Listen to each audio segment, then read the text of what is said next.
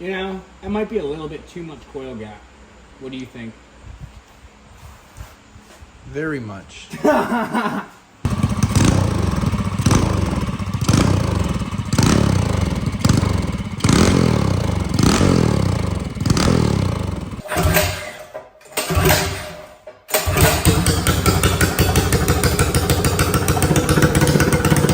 Welcome back to another episode of Mini Metal Fab, guys. We're back with another project. Yup. This time, we're taking this motor here, gonna Bone stock 212, and another bone stock one. non-hemi.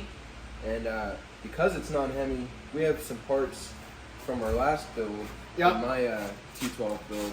That he And we can- blew up. So now we can take our stock one and bump it all the way to stage 5, Yep. basically. Instantly go to stage 5. So we have everything from a 310 cam to roller rockers, billet side covers, stage 5, JFG racing head with 44-pound big valve springs in it, performance exhaust, juggernaut driver pulley for the torque converter, everything, whole 9 yards, rod, flywheel. You need it. Yeah, this thing's gonna be insane. So, And should then- push 10,000 RPMs, making 25 horsepower. After that's all done, we're gonna be taking this motor and then mocking it up for a go-kart. Yep, we're gonna build our own custom go-kart frame and put this thing on here and see what kind of power and top speeds and acceleration we can get and just have a blast with a custom yard cart. So stay tuned for that in the next video, but this video will be the engine build. So the first thing we're gonna do is we're gonna clean out the carburetor really good because it is a used carburetor, Mikuni carburetor, 24mm flat slide. But it's almost brand new, just been the one mini mayhem, so it's got a little sand in it. So getting all that out, I'm gonna disassemble this whole engine to a bare block so I can weld up the governor holes, the low oil shutoff, and then the pin hole in the back for the governor. Tomorrow we're at my shop, and then we'll be able to start installing all these performance parts. So I'm gonna skip the disassembly since everyone's seen so many of them, and we'll come back to you once I'm at the shop welding the block up. So we've decided not to weld this block. We're just gonna go ahead and seal up each of these holes, just like More than that. spin it around. That's good. We're just gonna seal them each up with bolts and crush washers, copper crush washers. So we're just gonna Loctite them on, get it as tight as we can get. We want to see how well it seals without putting any unnecessary heat or warpage to the block. Exactly. So if you look down here, we got a copper crush washer on the inside there, up on top, in between the bottom of the top of the block and the flat part of the bolt, so that should seal out any oil that can come through. Tightening the final one down, and we'll be able to start installing everything. Being extra careful because this is sharp. Just cut my finger on the block right there. Can you hold it? Went deep too. Just without bleeding out. I think it's tight. Yeah, it's tight. Word. Okay. Well, Now we can lube up the crank and install that and the rod and the new piston too.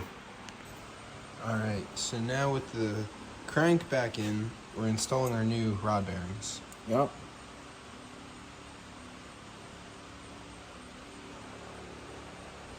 You want that groove lined up right there with the groove on the rod cap and then the groove on the rod itself. And first I'm going to do a dry test fit around the crank. I'm just going to do a little bit of oil on it and then get the bolts threaded in. Just to make sure it'll spin freely and everything. And it'll seat right. And then we'll actually install it in the engine. So, get your rod here.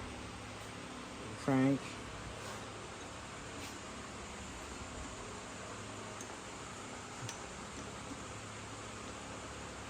You almost put it in upside down. Mm-hmm. Would not be good. Alright, we got it tightened down. Spins nice. It's got side-to-side play. Now we're starting to disassemble it once more to reassemble it In the block and put the piston on too with the new rings. We got a billet piston for it. So we're installing the rings on our billet piston here. I got the oil rings installed. All the grooves are 120 degrees from each other. You don't want any of the seams overlapping or else let oil get through. And then with the D ring, you install that one first. Your DY ring goes on last on the top. Letter is always facing up. Make sure everything's oiled before you install it. And you never want to have any of the gaps overlapping for any of the rings. So make sure they're all separated, evenly spaced out, so that way you don't have any compression seeping through or anything like that. You also want to stretch your rings installing them. That'll also ruin them. Yeah, so just ease them down, just work them around, and they'll pop right in just like that. Careful your blocks. I got cut again. They're a little sharp. Careful. Yeah. That's not safe for work. That's not YouTube friendly. So be careful. These Yeah. edges will cut you very easily. Danger block. Yeah. That's from a stamp. That was already on there. You want to install one C-clip first. Get it in. So that way your rod has something to stop against. Or your wrist pin, I mean. Then you want to make sure arrow is pointing down for exhaust. Make sure you install your rod correctly. Oil it up. Slide it through. And then install your other clips. Do not forget your clips or else your rod will fly apart inside your engine and it won't be good. You'll have a broken engine. Really quickly. Right, Russell? Yeah. Luckily, we haven't done that. Yeah. Almost one time. Alright, that's that. So now we can install it in the block. You want to oil up your cylinder real good. Make sure it's nice and wet in there. You don't want to install this dry at all. So we had a piston ring compressor. Wasn't the best. It was from Harbor Upside Freight. down. Ooh. Yeah, there you go. That way. Yeah, it wasn't very good, and it broke, so now we're just doing it without it. You can do it, you just gotta squeeze each ring as you slide it in, all the way around, and it's until you can push it in. You have to squeeze top, bottom, and sides, all of it, all the way around to make it fully closed, or inside the piston, and then you'll be good. Took a little bit of finagling. Yeah, just some two flatheads, slowly working the piston rings in, and then tapping the piston with the top of the flathead in. So it's all the way in. Back of it, yeah. Yep, at the back of the screwdriver as like the hammer, soft hammer. So now we're gonna start getting the rod in. The billet rod is now installed and torqued down the best we could get it. Yep. Now we're gonna drill out this oil return hole because with the way we're building the motor, it's just gonna force all the oil into the top end and then it has no way to return back down to the bottom of your block. So now we're gonna drill it out. Yeah. Going with a 5/16. All right. We don't want any blow by. Nope. No blow by.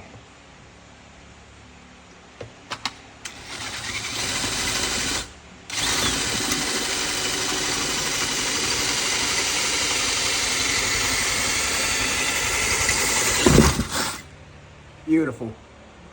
Now, We're through. shavings. You get the air compressor and brake clean and blow it out and clean it out real good. Give it a good wipe. Yep. Installing the lifters now. We're oiling them up before you install them. Always oil everything up. Then we'll get our nice fat 310 cam, not a 308. People always think they hear 310, think it's a 308 cam. No, this is much, much bigger than a 308. This is a custom Cam, the only one in the entire mini bike world.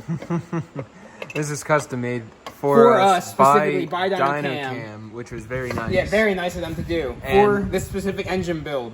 It even survived a motor blowing up. Yeah, it was in our last one, but it blew up, but the cam survived it beautifully. It took 0 damage. And we have the proper rocker roller setup available for this now. Before, when we first had it in, we had the, what was it, the 1-3s? Yeah, 1 to 3s. Now we have 1-1s, which we also ran in the last block.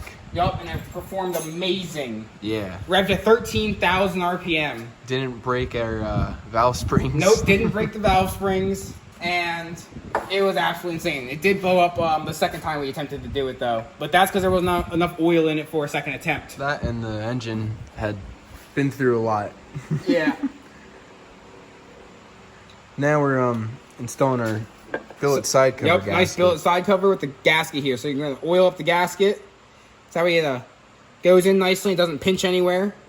So you just get a little bit of oil in your fingers and just run it through your fingers. All the way down like this. So you get a nice thin coat of oil all the way down it.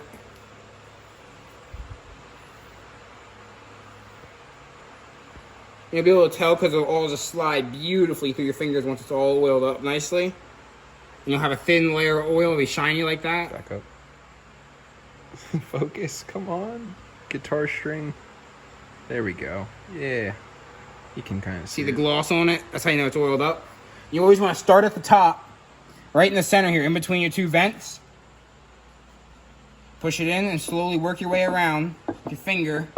Make sure not to sandwich it in too tight though. You want it to seal, but you don't want it to be crushed. Or it'll get crushed when it goes against the side. You just want to make sure it's in the groove all the way. You don't want it not in the groove. You just work your way around, just drag your finger. And you don't want any like gaps or bumps sticking up. So like you want it like just lightly pressed in, and then once you install run your oily finger around it. Yeah. Once you install it, it'll push it in the rest. Yep, and sealed up.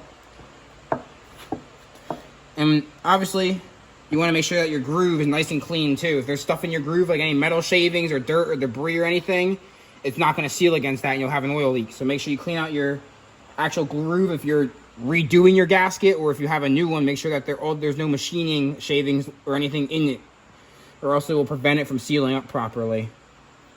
And you'll have an oil leak. And once you get to the end, you'll have the excess. You have to give it a little slice right through the middle there and cut it to make sure it goes in all the way. Some people put a little RTV there to seal it. I found you don't need it. We've never had a problem with it leaking there. No. Especially if it's on the top. Yeah, if anything, it would leak out the bottom. Yeah. So, because this isn't a pressurized oiling system, so it doesn't really build that much pressure. And if you got vents, then all your pressure should be venting out your engine anyways. So. It has relief where there would be stress. Yeah.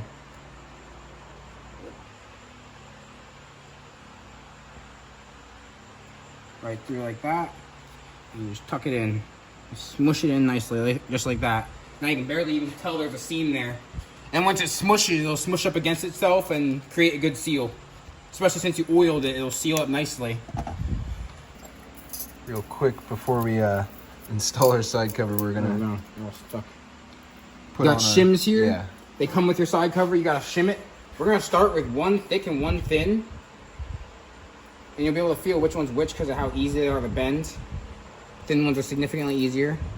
Every side cover is different though, and every engine's different. So some might need 2, some might need 1, some might need 4, some might need none. So you just gotta try it, and this is really just trial and error. It's kind of a pain because you gotta put your side cover on, take it off, put it on, take it off. Keep going back and forth. What you're looking for is to minimize your side-to-side play. You want some, but you don't want a lot, so your piston can travel straight. Yeah, so you put your side cover on, and you thread a bolt in here. And you thread one in here, tighten it all the way down, and then feel your crankshaft, and you should have about 10 thousandths play in and out. And that's what you're aiming for. So if you don't have 10 thousandths, you gotta take a shim out. If you have too much, if you have like 20 thousandths, you gotta take it off and put another shim in. Hopefully this will be perfect. It's a brand new engine. The tolerances should be better than a used engine would be. Get some veneers like this. Okay. You want it in inches so you can see the thousandths. Use your backside. No, this doesn't have a backside. Oh. But you go like this. Make sure it's pushed all the way in. Come up against it. You hold it tight against the block here. Zero it. And pull it out. 28 thousandths of an inch. Far too much. Alright, we got our play into 13 to 15 thousandths, which is perfect tolerance.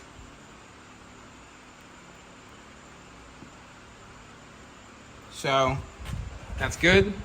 So now we're going to torque our side cover down to 17 foot-pounds, and then we can start doing our head. Side cover's torqued, looking good. Head gaskets on and copper coated. Now we're going to get our stage 5 head and install that. Correct. You tighten them against each other, like that, and then you can take the top one, and you thread your stud all the way in. A nice clean head here. Nice and wiped off, nice and smooth. Then install it to our studs. Beautiful. Now we can add our nuts and our washers. We got 4 washers to go with these two. And then I forget, do we torque these 18 or 20? 20. Or 21 actually. Alrighty, Russell's gonna torque them down to 21 foot-pounds. Yeah. And then we'll be ready to install our valves. And not valves, the rockers and push rods. Alrighty, heads torqued on. Now we're gonna install our rockers and our chromoly push rods here. So stick the push rods down in like that. This one like that. Beautiful. And then we can go ahead and thread on our rockers with some Loctite on the ends of these. They need to be Loctited because they will come loose. Got the rockers installed with the push rods. Now I gotta set our valve lash because this is way too much valve lash. So 3000s. We're actually gonna set the 2000s for intake and exhaust. Typically you should set 3, but we're gonna do 2 because when it gets hot, it expands. So once it's cold, it'll be 2000s, but once it gets hot, it'll be 3, which is where it should be. Instead of being 3 when it's cold, and then when it gets hot, it becomes 4 or 5000s. So that's what we're gonna do. We got our valve lash set to 2000s. So now we can install our valve cover with our gasket right here. and lap our flywheel on. Alright, so gonna put on the valve cover real quick. Yep, so we got a new Loctite. gasket. Yes, new gasket. Loctite these, definitely. We've had our valve covers vibrate loose so many times. Make sure you Loctite them. It's not fun. Because you can't go crazy tight because you'll crush the gasket too much and then you'll have leaks. So you want to have Loctite hold it in place. Too much. Nah, no such thing. Well, I'm just gonna transfer some to the other bolt real quick. Yeah. And this breather here goes to a catch can, an oil catch can. We've tried many valve covers over these short years, but billet ones are the way to go. Yep, billets are the Clear best. one. Clear ones are good if you have a stock bike, Yeah. but anything past that, they're not good. They look cool for a little bit, but they get dirty. Once they heat up, they become very fragile. Like, they'll just break or crack. Yep, if they get too hot. Yeah, Yeah. or they'll melt. Yeah, or they'll vibrate too much and break, so. We like the billet ones. They're so much stronger. We've never had one fail, and they look fantastic, so. This one's really beefy. They're from O&B Warehouse. Yeah, this one's from OMBwarehouse.com. Check them out for lots of parts. Billet flywheel and everything is from Go Power Sports. Same with the rod. Rod bearings are actually from OMB Warehouse. Cam, like we said, Dyno Cams, custom ground. Check out their website for cams and you can have them. You can message them, get custom ground cams from them. Talk to them for your mini bike go-kart racing needs. They'll hook you up. Let them know we sent you. And if you're enjoying this video so far, give it a thumbs up. Comment what you're thinking about this build, how much horsepower you think it's gonna make, how fast you think it's gonna be, what kind of RPM you're gonna see out of this thing. It has a 34mm intake and a 32mm exhaust valve in it, stainless steel, running 44-pound valve springs. The head's been shaved 45 thousandths, obviously ported and polished. It's gonna be a beast. The huge cam, I'm excited. We might have to tune this thing around some E85 too, make some real power out of it. Time we're gonna install our billet flywheel. Yup. Gonna clean it off. Yep. Install our lapping compound. Yep, and then lap the flywheel on really good to our new crankshaft here. And Then we'll be able to wipe it down again. clean it down and torque it on. Russell's cleaning it out. I'm gonna put the valve lapping compound on. So you cover the whole thing in compound like this, and you put it on, and you hold it nice and flat against the crank, and you spin it in circles back and forth all the way around. So you hold your engine down, hold your crank still, and then turn it in nice even rotations back and forth. But you're grinding down the inside two surfaces to match each other, so they're perfect mating surfaces, so your flywheel can never slip. If you don't do this, and you rev your engine real fast, you could potentially snap your key, spin your flywheel, and then your engine will be out of time and it'll die and won't run anymore. Won't spark at all, or it won't spark in time. Nope, it won't spark at the right time, so your engine will lose combustion. So that's after one pass right there. See the ground parts and the not ground? We want the whole thing to be nice and ground, so we gotta go again. Flywheel and key are on. Gotta torque it down, aka impact it, because we don't have our bar that holds this side of the crank from spinning, so we can't use a torque wrench. So we're just gonna use the Ugga Duggas and send her for a minute. That sounded like 2 or 3 clicks from a torque wrench to me. Yeah, sounds like it's torqued. Oh, we got some compression. Holy smokes.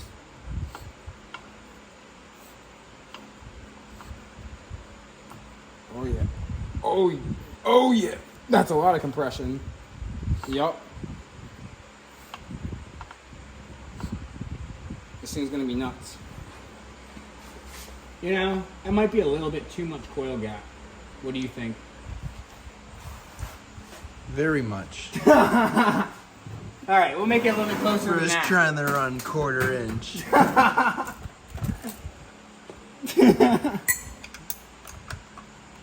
Pro trying to run 1/4 inch. Typically, I run a business card folded in half twice, like this. So we'll just do it again. Get it underneath. Get it underneath. It's magnetized to the flywheel, lovely. Now spin it. Screwdriver. There we go. Stick it in like that, shove it down. Like that.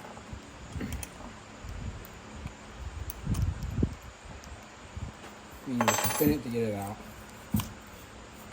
Like that. Oh. Jeez. Then make sure you tighten it down. That way you can't pull closer. Beautiful. Coil's done. Now we can install our cover, and it's pretty much ready for a test. Once you get the carb on, the exhaust, and the Some sort of feel to it. Russell's installing our heat shield. We're getting our pool cover on. Then we gotta do the carb and the exhaust, and then this thing's mint. Exhaust is on. Putting the carb on now.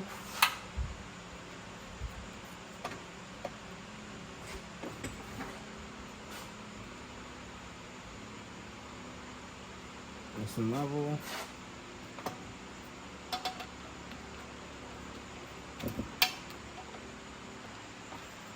We're running some 10W40.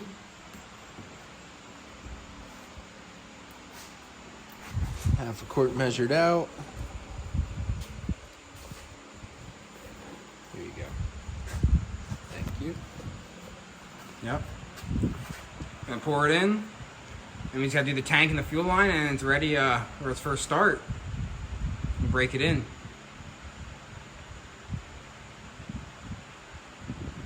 Alright, so she's fully assembled and ready to be tested. Yeah, we're gonna try to give it its first start. Choke on. Might not even need the choke, I don't know. Probably not, but we'll see.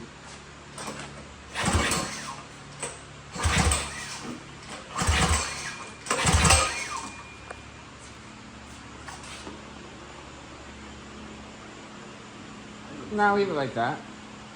Probably plenty idle. Car's way up. Oh, it's ready. You ready? Yup.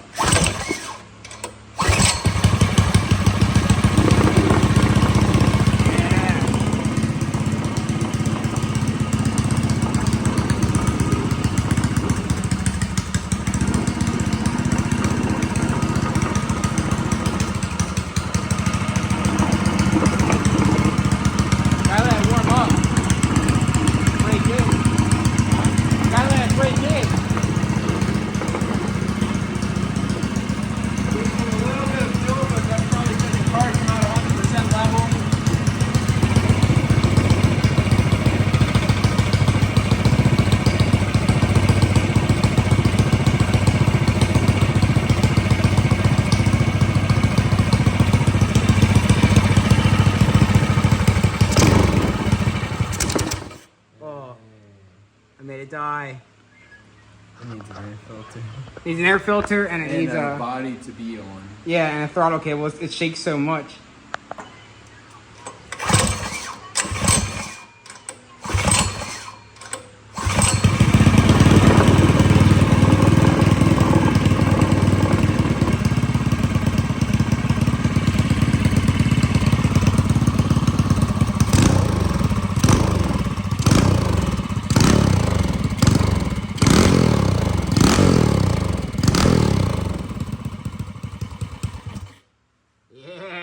I killed it with my finger. It blocked too much air. I didn't pull it out fast enough. Yeah, it's got the clicker. Yeah, this thing's gonna be sweet on the go-kart. All right, well, thank you for watching. I hope you guys enjoyed this video. Stay tuned for next episode of Mini Metal Fab, where we actually build the cart and then put this bad boy on and send it. Because this thing's gonna rip. It's gonna be absolutely insane. I don't know if you can hear how spicy it sounds in there and see how much it shakes. But this thing revs straight up. It's instant, and it's got actually mounted and has throttle cable, it would be even better. Yeah, once you can actually use a throttle cable and not your fingernail.